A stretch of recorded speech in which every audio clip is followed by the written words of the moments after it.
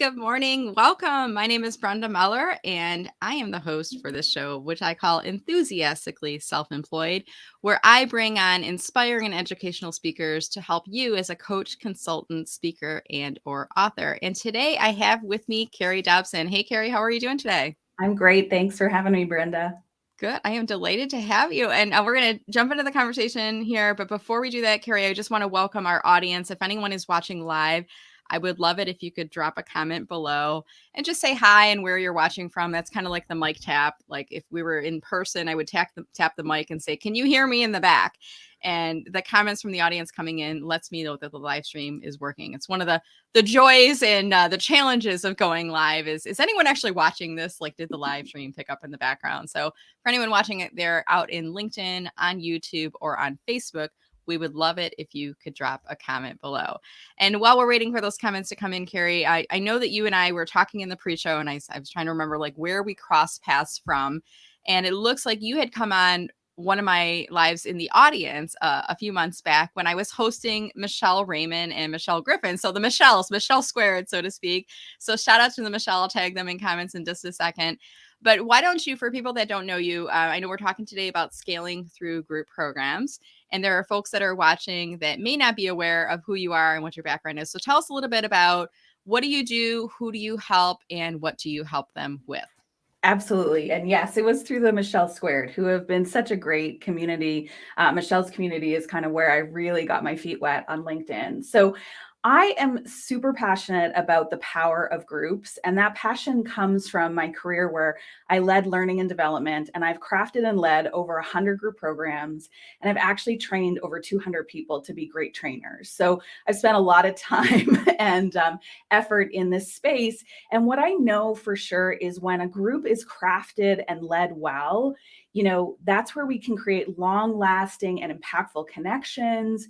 There's accountability and support in a group that almost guarantees results for our clients. So that's why I now spend my time working with authors and coaches to help them really use group programs to help them get their message out there and get them to have the impact they've kind of always dreamed or imagined they would.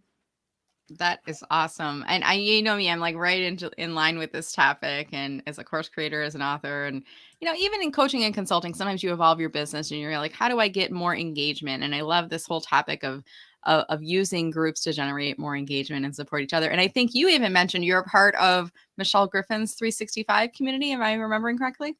That is correct. Yeah. So the reality is I probably wouldn't even be where I am right now without that community, because it Uh, was a community where it was so encouraged to get out there and just try, right? There mhm. was kind of all this pressure at the time to like post daily, and Michelle's community really made it accessible. You didn't have to post daily, but this was how you could kind of get involved through the comments and through putting content out there. So that's the power of group right there. Is would I have made as many efforts if I wasn't in that group? And in my opinion, I probably wouldn't.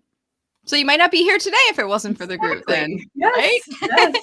Well, let's jump in and we're going to talk about selling through group programs today. So I am super excited about hearing what you have to share. And I know we planned this like a couple months ago, and it's finally here. It's finally May 23rd. And we're talking about it here today. So Kerry, what advice do you have for us about selling through group programs? Yeah, so it's kind of counterintuitive, but typically my advice is don't do it too soon, right? Mhm. So I'm part of why I talk about this scaling piece is I think there's almost this flippant nature out there, right? Like in order Mhm. to be successful as a coach in particular, you have to have a group program. And the reality is you actually need certain things in place before a group program is going to be successful. So if you're a coach and you're struggling to get one-on-one clients, you're going to struggle even more to fill a group. So Mhm. for me, the important message is when is the right time to do it? And what do I need in place before a group program really makes sense for me, my clients, and my business?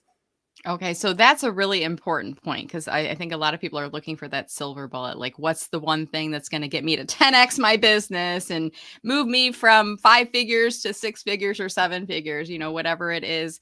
And what I heard you just say was it's not necessarily one size fits all, and there should be a couple things that are in place before you get started. So tell us a little bit more about that. Yeah, so the reality is that in order to actually scale through group programs, I first want to talk a little bit about like scaling versus growth, right? So the concept of scaling is that you're getting more without having to invest more resources, time, money, capital, people, all that type of thing. And Mhm. the misnomer with this idea of scaling through group programs is to actually create an impactful group program that's going to kind of fill itself going forward. You have to invest time, effort. You need a strategy for it. You need it to serve your clients and kind of where they're at. So, what I like to say is you grow through group programs until you've actually done a few, and then Mhm. it's scaling, because the scaling is in the ability to be repeatable. And if you don't have a big enough community to offer this group multiple times, I want you to really ask yourself, is it worth the investment to even put that group program together? Because it's not as simple as just saying, oh, I have a group program, and then suddenly everybody comes, right? It's really about, how am I designing this community so that people are taking action, they're getting support, they're getting the accountability that they're looking for. So is there a certain size of an email list that you should have? I mean, when you think about it, like you should have a large enough a community to create a group or a group to create a community, however you would say it. So, Yeah. so I mean, what's the threshold? I mean, I'm imagining you need to have some type of an email list with the right Yes. people, but what is there a magical number? And is that what you focus on, or is it LinkedIn connections, or where do you figure out do you have enough to create a group program? Yeah, so it's not so much a magic number as it is a percentage number, right? And so what I Mhm. mean by that is, some people consider group programs where you have hundreds of people in it, right? Versus others, their group programs are 6 people or 12 people, right? I typically work with people in that smaller area where it's like 15 or under, but it's, you need a big enough email list that you could, Mhm. if everybody signed up, which is never going to happen, but you Right. could run at least 10 or 20 of these groups with the email list that you have today, right? And Mhm. so it's not a magic number. It's kind of dependent on what you're trying to create and Mhm. what the size of your group looks like. But the key is, you have to have that email list, or you have to have a way that people are already kind of saying, I'm interested in what you do. Okay. Because one of the things that I think we sometimes forget is, very few people, I always joke, unless you're actually a coach, no one's Googling group program for, right? Right. They're Yeah, group looking, program for LinkedIn, group program for right? memberships, and whatever, Yeah. you know? Yeah, They're Googling, how do I increase my LinkedIn presence, or that's a good whatever that point. is. So they're looking to solve the problem. They find you as a potential person who can help them. That's when they might be interested in, how do you work with your clients? And that's where you would start talking to them about group programs versus Mhm. one-on-one versus a membership. And so I think, as we're, often we're kind of putting this idea of our group program together, we think people are looking for that group program. And really what they're looking for is, can you help me with the problem that I have? Solving a problem. So, that's a really good point too, and I'm even like I've tried group programs in different ways, and I ended up like using a group coaching element as a part of my online courses. So, can you tell me, I mean, what do you think is the difference between what is a group program as a standalone as opposed to a group coaching? Is there a difference, or is that kind of the same? So I don't kind of make that distinction, in the sense Mhm. of, when I think about group programs, for me, it has a start date and an end date. So Okay. it's not this evergreen kind of community or area. And then also there's a program promise. There's something that you are helping people to accomplish, to experience, to do. And there's a way that we know that we've accomplished that program promise, Right. right? So that's where we want to kind of be specific in that problem that we're solving. What is Mhm. it that they're going to get out of participating in this program? And are some group programs ongoing or like annual? Because I know there's some where I'm a member, and I'm going to give a shout out. John Asperian, he's got this great, I call it a group. I guess it's a group program, Espresso Plus community that I join on an annual basis, and I know some people join month to month. But would you consider that the same thing as a group program, just like an annual membership, or is it a Yeah. start and end date that's finite?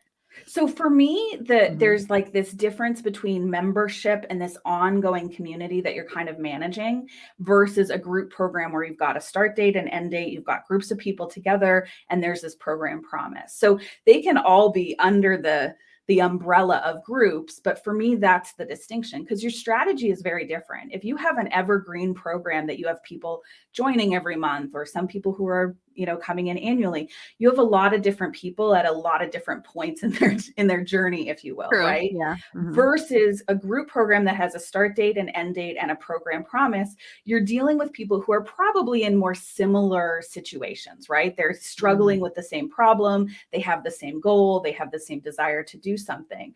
And so there's the ability to kind of bring that similar situation into the group so that it's actually beneficial. And then you can target things a little different.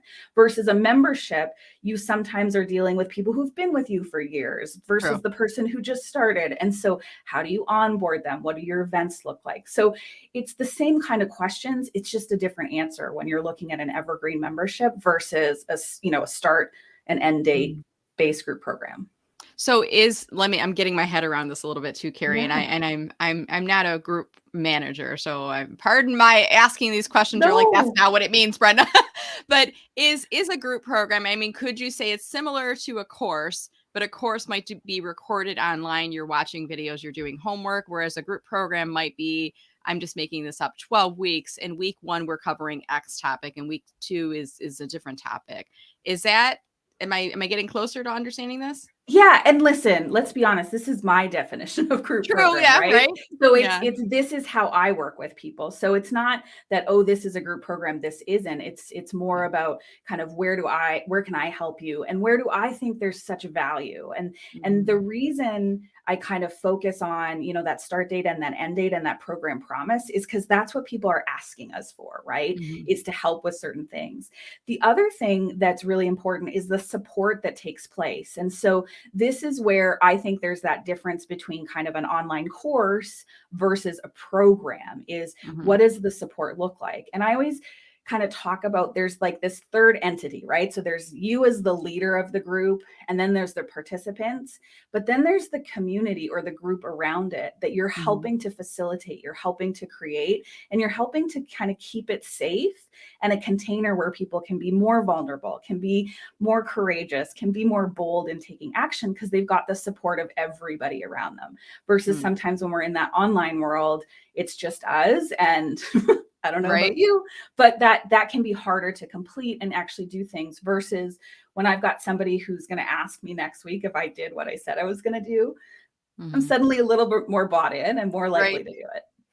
So, what you're describing too, it sounds like there's a couple different elements, and I want to say like physical or virtual locations that are a part of group programs. And I'm imagining like one is some type of a virtual Zoom or webinar or something, and then there's a place where there's discussions that are occurring, whether that's Slack or Facebook or a LinkedIn group. Am I correct in that, or tell us a little bit about that? Yeah, no, you're absolutely correct. So there's the live kind of group container, if you will, Mhm. right? So if that's in person, you might be in the same room together. But if it's virtual, that can be a Zoom room, or, some other way that we're all there at the same time. And it's that at the same time that truly makes it a group, right?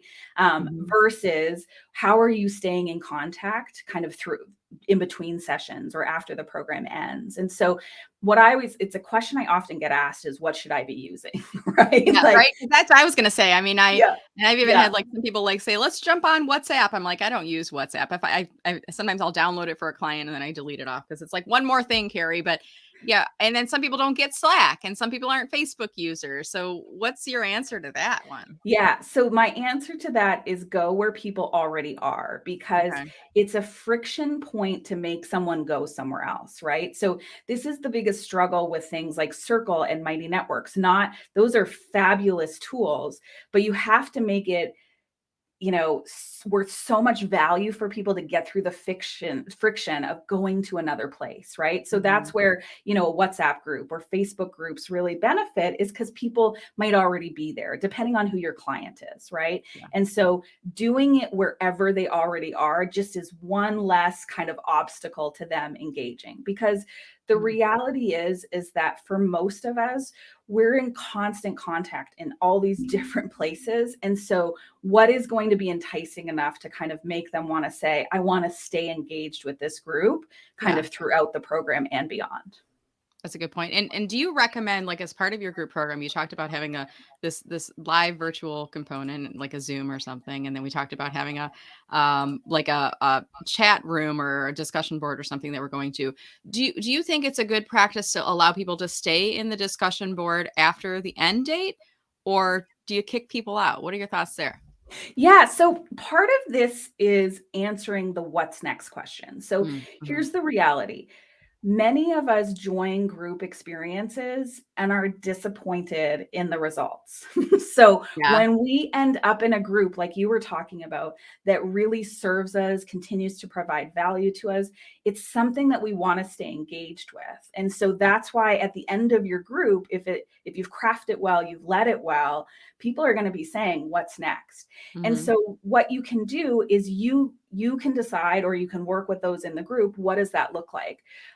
Most people, as they're kind of scaling their business, will eventually get kind of a more evergreen community that you can kind of, move people into once that group is done. Mm-hmm. But it's also about, how do you want to stay involved, right? Yeah. So if you keep that, let's say it's a Slack channel going, how involved are you, right? Right. Because the reason people kept using it was because there was value in it.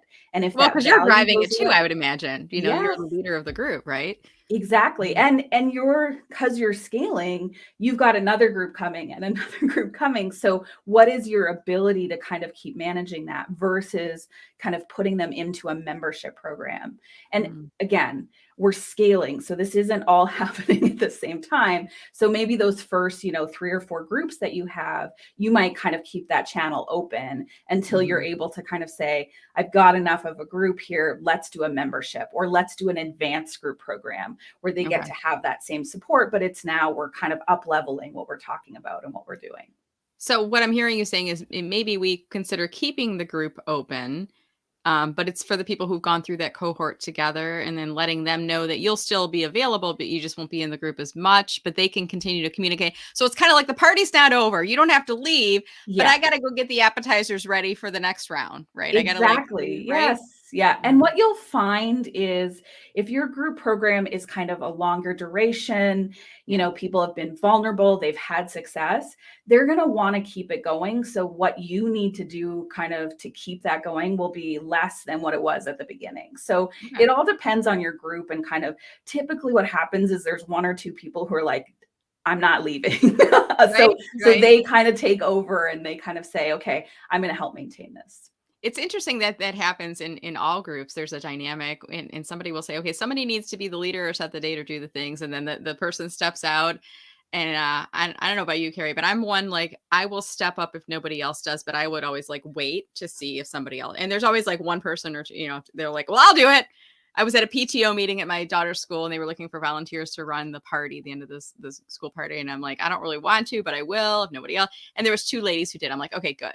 But it's even in, in the online group world, this is the same case too. So if you step out, a leader will a secondary leader rather, will naturally rise to the surface of the group to keep things going, it sounds like.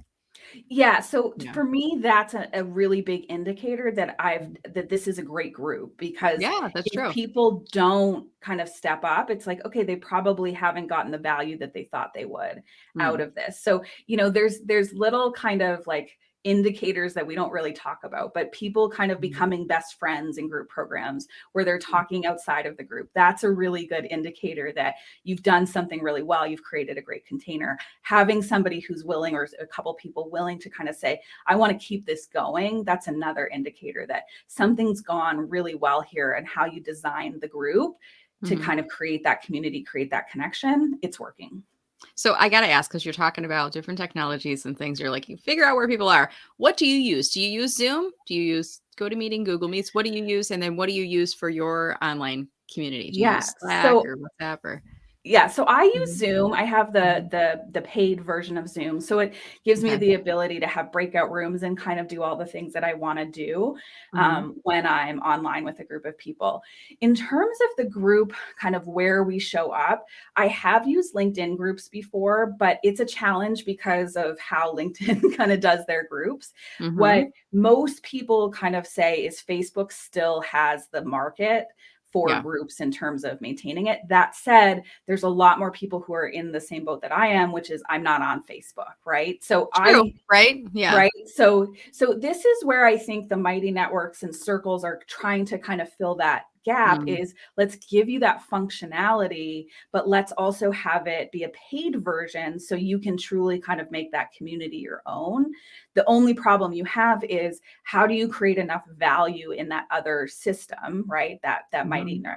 networks, for example, so that people are willing to go there. And I always remind people, right? We didn't used to go to Facebook every day. We didn't Right. used to go to LinkedIn every day. So it's not that we're, impossibly closed off to another place to go. It's just where's the value that you're providing that gets me through that friction of yet Mhm. another place to log into. I'm gonna drop what you just said because somebody was gonna be like, "Might what did you say, Mighty?" I think I caught it right. So, places that you could have an online group: Facebook, LinkedIn, Mighty Networks, Circle is one. I think that you said Yeah. Slack, WhatsApp. And I'm gonna ask our audience that's watching, whether you're watching in live or in playback, comment below and tell us if there are others that you're thinking of. And I want to go back to the LinkedIn point because I always say like I help people get a bigger slice of the LinkedIn pie. And part of like getting more out of LinkedIn groups is you as the group admin have to put more into the group. Like I 100%. agree, like, Facebook, I think certainly has all of the bells and whistles that you would love to have as your group, including one being the group interactions are pushed out to your homepage feed regularly, so they're front and center, and you see those notifications, whereas group notifications, you really don't see them. You don't see them too often in your homepage feed, so groups are more of a destination, you have to know to go there. And Yes. even, like, what I do as a group admin is I have it in my calendar, go to this group every Monday or every Tuesday or every day, whatever it is. Yeah. And then when you're inside the group, you've got to massage it a little bit, reply back to comments, post new information, and periodically remind people to go. And one thing I do, Kerry, is I have a Friday job seeker group. We call Yes. it office hours, but a group, essentially, a group program. And I always tell people if they can't get in, go to the LinkedIn group and say, what's the Zoom link? And I say that's like the flagpole down the street. Like, remember when we were kids in school and they would say, like, your family should have like a meeting place if there's an Yes. event of a fire. Like, and I always say it's the flagpole down. Like, we should all meet at the flagpole down the street. So our group is the flagpole down the street. But you have to continually redirect people there because they forget. Would you agree with that? And do you have anything to add to that? 100%. Yeah. So again, Mhm. it's this where's the value, right? Yeah. And the value doesn't just miraculously happen. And this is where I struggle with kind of the flippant nature, which by which we say you should have a group program, Right. because we're not really talking about what is the true investment of time and effort. And so what I love about what you're talking about is as the leader of that group on LinkedIn, for example, you are constantly talking about and figuring out what is of value to this group, what do they need, and that's how you're showing up and talking about, and you're encouraging the engagement between other people. But it's unlikely in a virtual group that it'll just happen, right? There's Right. effort, there's strategy, there's value that you have to bring. Yeah, I'm trying to put some comments up on screen. Yeah. I'm like, oh, that was another gem. As the group leader, you need to focus on continually reinforcing the value. And sometimes it's even like redirecting people, reminding them to go to or reminding them that the group exists. In addition to the Yes. online Zoom component, we're on Slack or we're on Facebook. And even like in the case of, well, I don't use Facebook. Well, just let people know you can set up a free Facebook account. You don't have to do anything other than Yes. use that as an entry point. It's almost like your hall pass to get into the group on Yes. Facebook. But I hear what you're saying. I think there's a lot of people that even left Facebook, over the past couple of years. There's just too much drama that was going on. They're like, I'm sick of Right. Facebook.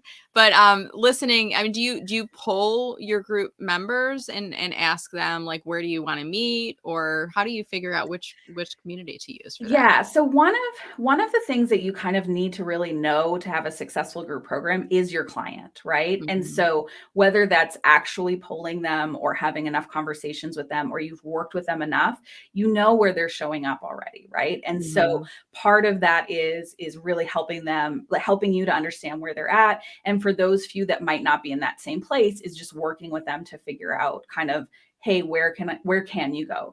And that's where the things like Mighty Networks and Circle benefit is because it's agnostic, right? There isn't Right. this like True. some people don't like LinkedIn, right? It's like, oh, it's Mhm. too stuffy or whatever their experience is.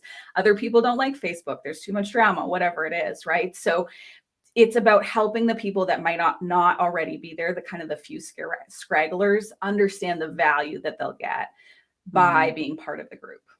You made a really good point. They may not be on different networks for different reasons, but I think also what you just reminded me of is like with me, I'm focused on LinkedIn expertise and tips and things like that. And it's not like we're not trying to game the system. The algorithm does not have an official playbook where we can get our hands on it, and we're not trying to like get into the back door and know things that we shouldn't know. But a lot of times people will ask questions about the LinkedIn algorithm or things like that, and sometimes they may not feel as comfortable talking about the rules of LinkedIn on LinkedIn. Right. Always feeling like Big Brother's like, are they listening to us right now? I'm not cheating. I'm just sharing information. Like I think sometimes when you go off of the network, if it is like a Facebook program about Facebook, you actually might feel more comfortable talking candidly about your challenges with Facebook without feeling like the speakers are listening around you and the Facebook, overlords are listening to the conversations Yes. are sometimes going. But I think then there might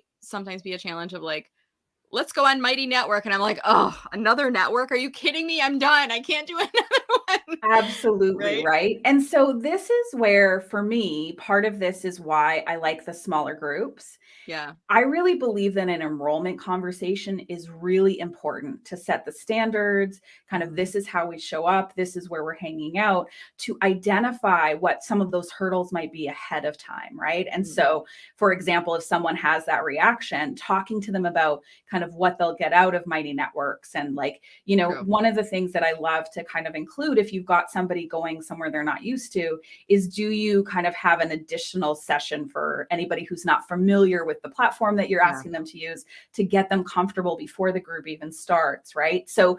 there's ways that you can help support people through that friction. It's just knowing that it exists is what's important.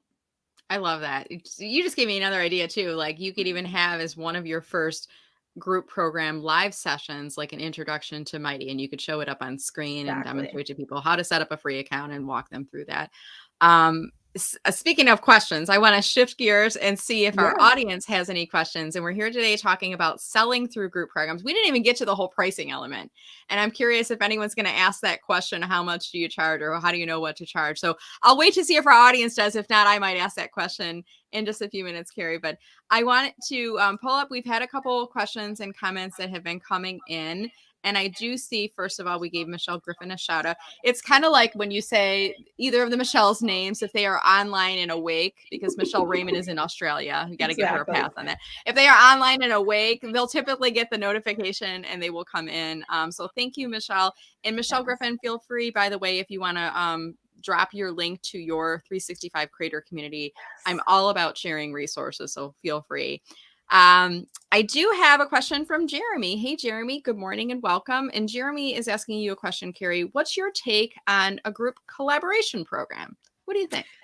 So I don't 100% know specifically what a group collaboration program is, like in terms of, so Jeremy, if what I say doesn't hit, give me a little bit more information and I'm happy to kind of circle around. What I think about in collaboration, to me, part of that kind of entity of your group is people who are supporting each other, right? So Mhm. collaboration to me is such an important part of groups. And the way that I look at groups is kind of the first session that you have is really about setting the standards, setting the expectations, setting the rules of being that you want the group to have, but you actually co-create it. So many people kind of go in and say, this group, we have confidentiality. We start on time, we'll all attend the sessions, and we as the leader are kind of dictating those rules of engagement. And what Mhm. I really encourage you to think about is co-creating that with the group so that everybody in the group has that opportunity to say, this is what I need from the group. This is how I need the group to perform. And then you get everybody to agree together. And what Mm. happens there is everybody kind of holds themselves and each other accountable to those rules of engagement, but it also sets the standard for, this is a group where we collaborate. This is a group where we reflect. This is a group where we work together to make sure that we're all kind of getting those results or getting to the outcome that we want. I love that. And Jeremy hasn't replied back with Okay. clarification, but I was thinking the same thing when I read that question. Like, what if you and I, Kerry, wanted to collaborate on a group, like if two co-creators? But I love what you said there. I think you got to like both agree to the rules and agree to the structure and know what the program looks like. And I think also, what are you both going to get out of it and give to the group? What are the responsibilities in there as Yeah. well?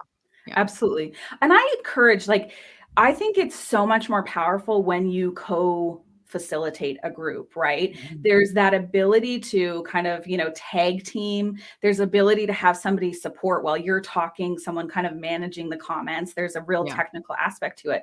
But also, when we used to train trainers, we always had 3 facilitators. And part of that was because we each did it a little different. And so, my way or kind of how I show up in the world might speak to someone, but someone else might be like, whoa, she's too smiley, right? Right. Like, so then to have somebody else who's maybe a little bit calmer, a little More bit more reserved. Yeah. peaceful, Mhm. to be Yeah. able to show like that's not what makes a facilitator or a trainer. It's Yeah. how you look after the group and how you make sure that they're getting the support that they need, the wisdom Mhm. that they need, and they're getting the support to reflect and to take action. That's what's Mhm. important, not so much the shell that it comes in. That's a really good point. And by the way, I'm always going to be a very enthusiastic presenter, facilitator, and I think it's like that's your personality. And I know other people that are a little bit more reserved, and that's their personality. But Exactly. it's not the person delivering. It's the what is being delivered and the experience and the education and the value that's coming out of that.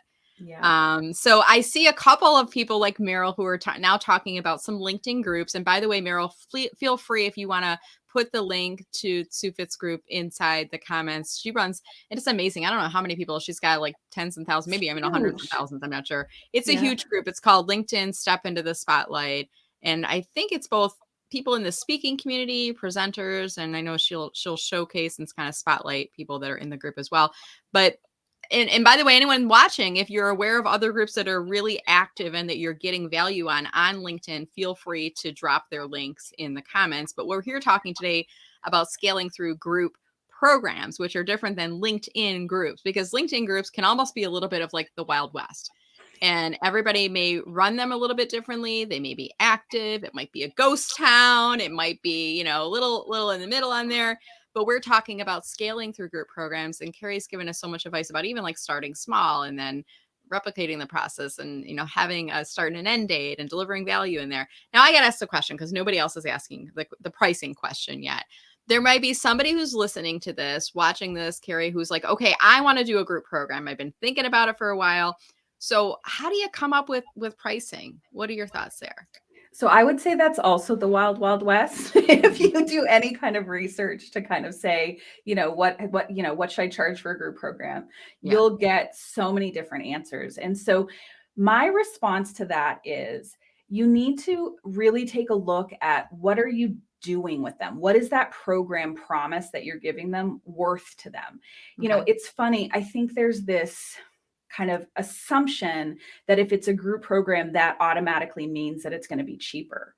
And Mhm. I actually don't always agree with that because a lot of times the group container, that group community that you're creating, actually provides so much more value than if someone's working with you one-on-one, right? Like, and not that the one-on-one work isn't fantastic, but that you're getting the experience of someone else who might have, their story might resonate more with you than the coach. So what Yeah. I typically say is it's about figuring out what is that program promise kind of worth to your clients, Hmm. and what do you need out of the group program? Like, what is your intent behind the group program? So for Okay. example, I always say group programs are great because they can be an on ramp to working with you, or they can be an off ramp, right?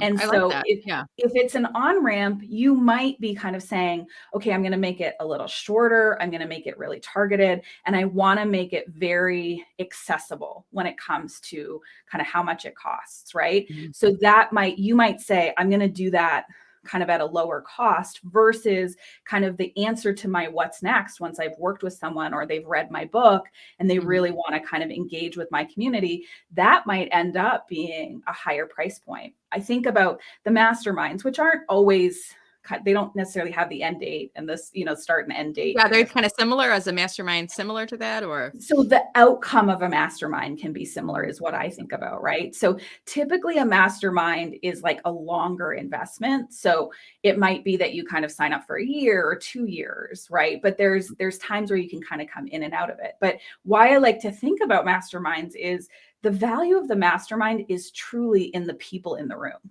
Sure. right? Mhm. Virtually Absolutely. or kind of in person. So when you are having those enrollment conversations, one of the most important things that you're doing is deciding, does that person belong in the room? Are they the Mhm. right fit? Are they the right kind of place in their journey that it makes sense for them to be in that room? And Mhm. so part of what you're doing is kind of saying, I'm bringing together a group of people that are really going to support each other and encourage each other. And Mhm. so some of that work that you're doing, I want you to think about that time and effort when you're thinking about pricing, because that should be part of it too. So is it a monthly fee? Is it an annual fee or a program fee?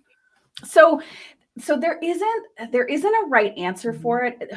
I personally always encourage you to have one fee for the whole program. Okay. And then Mhm. if you're looking at a year-long program, then it probably makes sense to have some level of payment plan option. Okay. But then if you Um, do a payment plan, you're raising the total price and you're splitting it across. exactly. Because there's processing fees that are involved with that, and Absolutely, and the you gotta cover your costs. administration. Yes, yeah, Yeah. exactly. So Okay. so I hate that answer because it's not like you should be charging 10 times, or 10 like a Right. No, tenth that's of what you okay. Yeah.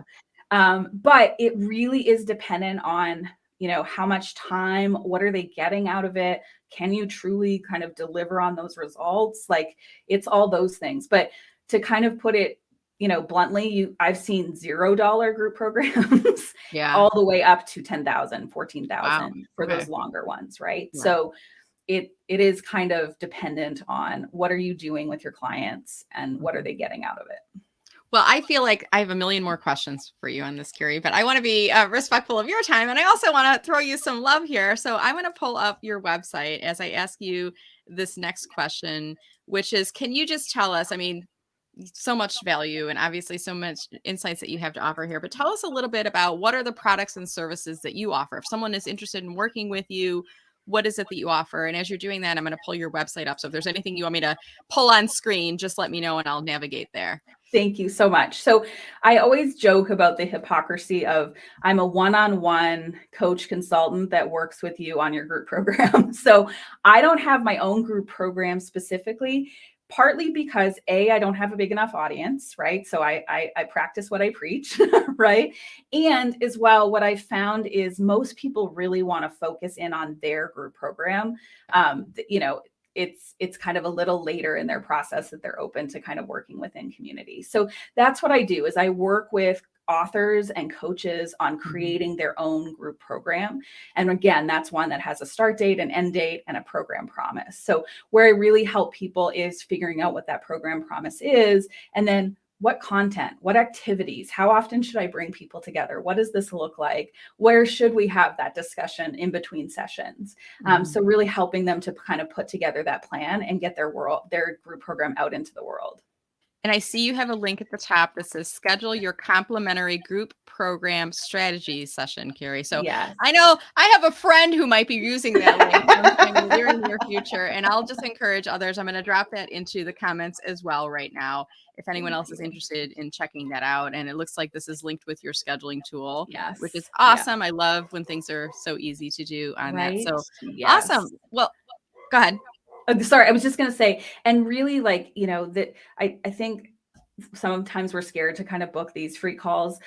The Mhm. intention here is really, I joke with people. I spend a lot of time telling people no, like you're not ready. The workshop I do scaling through group programs, so many people leave that being like, ooh, I'm not ready for a group program. And I've had people kind of challenge me a little bit on that to say, like, Yeah. what are you doing? Like help people along. But I am helping them because what I want to do is I want to make sure that you have everything in place so that Mhm. when you do put that group program out there, it is successful, it is scalable, it's repeatable.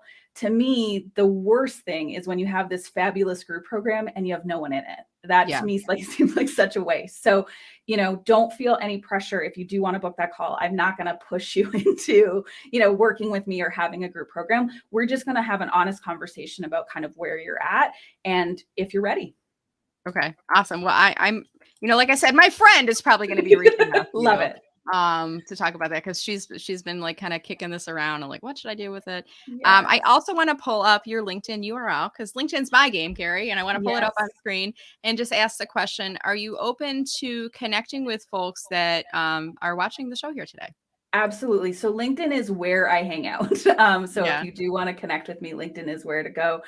If you do follow me or connect with me, and I encourage you to connect with me, I talk about group programs. This is Mm, literally all I talk about, because I'm just so passionate about it. I believe in it, and it's fun for me. Like putting together group programs where people walk away and they're mhm. asking you that what's next. That's the call I love. I love the call at the end of the program. They call me up and they say, everybody wants to sign up for the next thing. That's And that awesome. makes me excited. A, because guess what? We're going to do that next thing together. But also, that's the feeling when you've been able to help a group of people and they're connected and they've made progress. That's why Mhm. we do what we do. I love it. And by the way, Kerry's profile, I'm showing it up on screen right now for those of you watching this. If you're listening on the podcast, you'll have to go to linkedin.com/in/Kerry Dobson. It's Kerry Dobson. And by the way, Kerry, I see that you have turned on creator mode, and I know that you have creator mode turned on because you have the hashtags at the top of your profile. It says talks about group program, group coaching, group training, etc. So for those of you that are visiting Kerry's profile, when you visit, you might notice that her default button, I'm already connected, so mine says message now, but when you first visit Kerry's profile, the default button will be follow. If you want to connect with Kerry, you can, but what you'll need to do is go on the more button. And if you click on your view of the more button, underneath, you'll see an option that will either say personalize, invite, or connect. You can do this from mobile or desktop, by the way. Just click on the more button or the three dots, click on personalize, invite, or connect, and just say, hey, I heard you on the show with Brenda Meller. Like name drop me. Kerry and I have only done this once, so she's not going to be like, which show? Like, Right. like it was the show from today. But don't hesitate to do that because you never know where the future may lead and when you might need somebody who's a group program expert like Kerry that can help to answer your questions. So Kerry, as we start to wrap up our conversation here today, do you have any final comments for folks on scaling through group programs? Yeah, so I think what my message I hope that lands is, even though I talk about all the things you need to have in place, it's not because I want to make group programs more daunting. It's because I want you to have a really successful group program. Mhm. I think the worst thing that happens with groups is when we join them and we have so much hope and then we're disappointed in the results, right? It just Yeah. didn't kind of deliver, it didn't work. And I never want anyone that I deal with or know to have that experience. I want them to enjoy their own group program and I want them to be super satisfied with any of the group programs that are out there. So I say that because sometimes when we think about all the things we need to do and have in place, it can feel daunting, right? Yeah, that's And true. so it's why this is a growth strategy that turns into a scaling, because in order to have a Mhm. really well crafted group program, you need strategy. You need to be thinking about, how do I put these pieces together? It's not Mhm. just, oh, I'll just do it and see what happens. So that said, when you have one that goes really well, that you lead really well, that's been designed really well, it is one of the greatest feelings as a coach or an author when you get to kind of finish that program and people are just so excited to have worked with you that they're Yeah. telling other people to join your next group program. That's a really good point, Kerry. Well, thank you so much. This has been such a great conversation today. And I encourage those that maybe joined a little bit late. We're here talking about scaling through group programs. As soon as the video is done, you can rewatch it. And this was hosted live on LinkedIn, Facebook, and YouTube. And sometimes YouTube's even a little bit easier to watch the playback, I think, than the LinkedIn, but you can certainly watch it here on LinkedIn. And while we are wrapping up the discussion, Kerry and I don't get performance reviews anymore. I don't, you're self-employed completely, I Kerry, am. right? Yep. Okay, Yep. enthusiastically self-employed, I might add on there. Exactly. But Yes. Kerry and I don't get performance reviews anymore. So our performance reviews exist in the form of comments from you. So if you enjoyed the discussion today, we would love it if you could drop a comment below wherever you're watching this video today.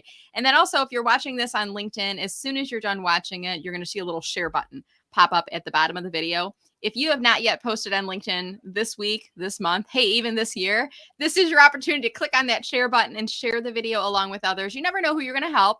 And maybe you could tag us in the post, use a little @ sign, and then our names will pop up in the drop down to tag us in the post. That way we'll get notified and your post goes out to the LinkedIn homepage. A little bonus for you. Maybe tell people something that you learned by watching this show, or even share with people who should watch this video. If you're interested in starting a group program, if you've got a great community, a big email list, here's something you want to check out. So be sure to do that. All right, Kerry. Well, I'm so grateful. And I didn't even mention the fact that you have a 2-hour time difference. In my time, it's 9:50 in the morning. At your time, it's 7:50. So you got up at the crack of dawn to join us. I just want to thank you so much for making the commitment and sharing your insights today. Thank you for having me. I so appreciate it. It was a lot of fun. All right, Kerry, thank you guys. And thank our audience as well for watching. Stay safe and stay healthy. I'll remind everyone that I do this show every Tuesday at 9:05 a.m. In the summer, I'm probably going to go to twice a month, but it will always be on a Tuesday at 9:05. Thank you so much for watching, and I wish everyone a great day. And Kerry, maybe we'll see each other in the future. And my friend, wink, wink, will probably be getting that discovery call with you here soon. I'm looking forward to the conversation with your friend. All right, everyone. Stay safe, stay healthy. Take care.